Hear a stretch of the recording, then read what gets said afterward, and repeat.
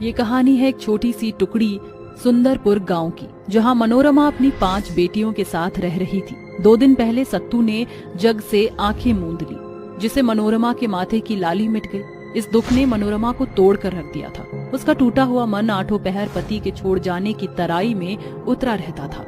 आज चल के बापू, तुमने तो कहा था कि तुम अंत तक मेरे साथ चलोगे, फिर इस बीच मझधार में क्यों छोड़कर चले गए मुझे? अब अपना दुख सुख किससे बांटूंगी मैं? कैसे पालूंगी अपनी 5 बेटियों का पेट? अपनी माँ को इस कदर रोते हुए मनोरमा की 4 बेटियां पिंकी, छवि, सिया और आंचल डबडबाई आंखों से उसे देख रही थी, और 6 माह की दुधमुही मुनिया भी बिलखे जा रही थी, जैसे वह बेजुबान बच्ची अपनी गरीब माँ की बेबसी समझ बूझ रही हो। चुप हो जाओ माँ, रो मत। अगर तुम ऐसे ही रोगी तो हम भी रोएंगे। नहीं मेरी बच्चियों, चुप हो जाओ, मैं नहीं रोऊंगी। अम्मा, मुझे बहुत भूख लगी है, कुछ खाने को दे दो। पिंकी के साथ साथ मनोरमा की बाकी बेटियां भी भूख से छछन रही थीं। भूख के मारे उनका मुरझाया हुआ मुंह मलिन पड़ चुका था, जिसे देख मनोरमा रसोई घर के सभी राशन के डिब्बे टटोलने लगती है। हे भगवान, अब तो बनाने के लिए एक दाना भी नहीं बचा। ऐसे में मैं अपनी बेटियों को भूख कैसे मिटाऊं? आंचल, मुनिया का ख्याल रखना, मैं अभी आती हूँ। अपनी बेटियों की भूख मिटाने के लिए वह गरीब लाचार माँ भीगी पलकों के साथ भागती हुई पड़ोसन रज्जो के घर का किवाड़ खटखटाती है।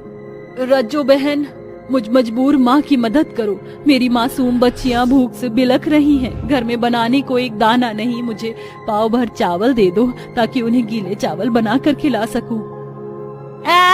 अरे मैं क्या मुफ्त राशन मील खोले बैठी हूँ जो मुगत खोरों की तरह चली आई मुँह उठाकर? चल भाग यहाँ से। इतनी पत्थर दिल ना बनो रज्जो, मैं तुम्हारे आगे झोली फैलाकर भीख मांगती हूँ, मुझ पर तरस खाओ। अरे मुझसे पूछकर पैदा किया है क्या 5 को? हाँ, मेरे घर के आगे मनहूसियत ना फैला, भाग यहाँ से मरजानी। हाँ। इस तरह रज्जो मनोरमा को खरी खोटी सुनाकर उसके मुंह पर दरवाजा बंद कर देती है, और मनोरमा रोते हुए कहती है, हे भगवान, कैसा कसाई है तू। वहाँ मेरी बच्ची दाने दाने के लिए ललक रही है और तू आंखें मूंदे बैठा है। मगर ये गरीब माँ हर हालत में अपनी बेटियों की भूख मिटाएगी। मैं छुच्छे हाथ घर नहीं जा सकती। इसी दृढ़ निश्चय के साथ वह गरीब माँ दाने दाने की खोज में दर दर भटकती है, मगर कहीं भी उस मजबूर माँ की आस मुकम्मल नहीं होती। तभी उसके कदम मंदिर के पास आकर रुक जाते हैं, जहाँ सारे भिखारी हाथ पसारे बैठे होते हैं। तभी एक भिखारी उसके मन में झांकता हुआ कहता है, अरे बैठ जाओ बहन, घबराओ नहीं। भूख अच्छों को भिखारी बनने पर मजबूर कर देती है। अगर मुझ गरीब माँ को अपनी 5 बेटियों की भूख मिटाने के लिए हाथ पसारना पड़ेगा तो यह इस गरीब माँ को गवारा है। थोड़ी ही देर में एक सूट बूट पहना शख्स भिखारियों में खाना बांटने लगता है। मनोरमा हाथ बढ़ाकर हलवे और रोटी के खाने से खचाखच भरी एक थाली लेकर घर चली आती है। खाना देखकर भूख से ललकती बच्चियाँ खाने पर झपट पड़ती हैं। अरे वाह माँ, आज कितने दिनों बाद रूखी सूखी रोटी और प्याज को छोड़ हमने हलवा खाया है। अरे पिंकी, जल्दी जल्दी खा ले, क्या पता कल खाना मिले ना मिले। हर बीतते हुए दिनों के साथ वह गरीब मजबूर माँ और उसकी भूख से बिलखती बेटी गरीबी के दलदल में इस कदर धंस जाती हैं कि भूख मिटाने के लिए उनके कदम भिखारियों की श्रेणी में शामिल हो जाते हैं। मगर फिर एक दिन आस की जलती वह कड़ी भी टूट गई। आज माँ मंदिर की सीढ़ियाँ सूनी क्यों पड़ी हैं? अरे जरा सुनो भाई, ये आज मंदिर बंद क्यों पड़ा है? अरे बढ़ती सर्दियों के कारण एक भी श्रद्धालु मंदिर नहीं आ रहे। अब तो पूस का जाड़ा जाने तक ये सीढ़ियाँ सूनी ही रहेंगी। माँ, क्या होगा? कौन देगा हमें खाना? चिंता मत करो मेरी बच्चियों, चलो हम सभी साथ मिलकर देखते हैं, कुछ तो खाने को मिल ही जाएगा। मनोरमा अपने सर पर मंडराती भीषण गरीबी को देखकर मन ही मन बिखर रही थी। वह गरीब माँ अपनी 5 बेटियों के साथ खाने की खोज में निकल पड़ती है। चारों ओर भीषण कोहरा छाया हुआ, सड़कों पर एक भी शख्स नहीं था। तभी उनके कदम एक कूड़ेदान के पास रुक जाते हैं, जहाँ एक चबूतरे पर कुछ रूखी सूखी रोटियां रखी हुई थी। सिया झट से आगे बढ़कर उन रोटियों को उठा लाती है।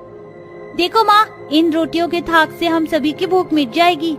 सिया दीदी, मुझे भी एक रोटी दे दो, मुझे भी भूख लगी है। 7 साल की सिया सेंत मेंत से सभी रोटियां अपनी बाकी की बहनों में बराबर बराबर बांट देती है और जैसे ही आखिरी बची रोटी अपनी माँ की ओर बढ़ाती है तो मनोरमा हिचकिचाते हुए कहती है, अरे नहीं सिया बिटिया, ये रोटी बाद के लिए बचा लो, क्योंकि तुम्हारी माँ के पास इतने पैसे नहीं कि वह तुम्हारे लिए खाना खरीद सके, और वैसे भी मुझे भूख नहीं। झूठ क्यों बोलती हो माँ? पिछले 2 दिन से तुमने अन्न का एक भी दाना नहीं खाया, फिर क्या छोटे क्या बड़े, भूख तो सबकी बराबर होती है।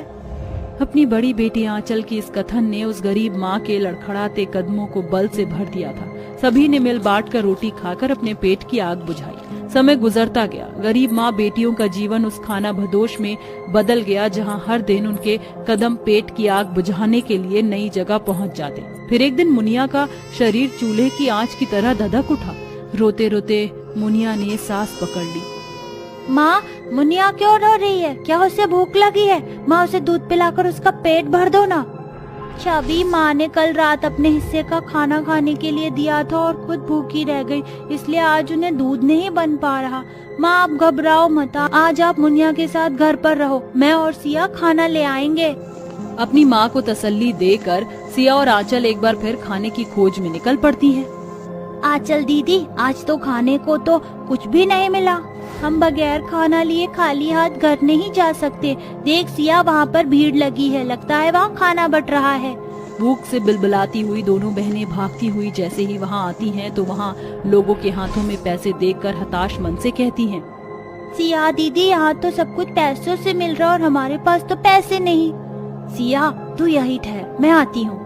आंचल अपनी माँ और बहन की सूरत को याद करती हुई भीड़ का फायदा उठाकर एक दूध का डिब्बा और डबल रोटी की पोटली चुरा कर घर चली जाती है। ये लो माँ, मुनिया को जल्दी से दूध पिला दो। मनोहरी आंचल के सर को सहलाकर मुनिया को दूध घोलकर पिला देती है। वहीं चारों बहनें मिल बांट कर डबल रोटी खाती हैं, जिससे उनका पेट तो नहीं भरता मगर भूख की आग कुछ देर के लिए धीमी पड़ जाती है। मगर हर दिन के साथ खाने की कमी मनोहरी को बीमारी के बिछौने पर पटक देती है। मुनिया को छोड़ अब चारों बहनें हर दिन कभी कूड़ेदान तो कभी जानवरों के आगे का निवाला छीन लाती। फिर एक दिन सोसाइटी की 2 औरतें उन्हें खाना उठाकर घर ले जाते देखकर उनका पीछा करती हुई उनके घर चली आती हैं। जरा ठहरो तुम बच्चियां, ये खराब खाना क्यों लाती हो? तुम्हारे माता पिता कहाँ हैं? आंटी, हमारी माँ बहुत गरीब है, हम ये खाना अपनी माँ के लिए लाते हैं ताकि इसे खाकर माँ अपने पैरों पर उठ जाए। चिंता मत करो, तुम्हारी माँ को कुछ नहीं होगा, हम उनका इलाज कराएंगे और आज से तुम्हें ये खराब खाना खाने की जरूरत नहीं। तेजस्विनी के साथ सोसाइटी के सभी जन मनोरमा को बचाने में हाथ बढ़ाते हैं। कुछ दिनों के तत्काल इलाज के बाद मनोरमा भली चंगी हो जाती है। साथ ही उसे सोसाइटी के कई घरों में काम मिल जाता है। वह मगन होकर मेहनत करती, जिससे जल्द ही वह अपनी बेटियों को स्कूल में दाखिला दिला देती है। उस दिन के बाद से फिर कभी उस मजबूर माँ को अपनी बेटियों की भूख मिटाने के लिए दर दर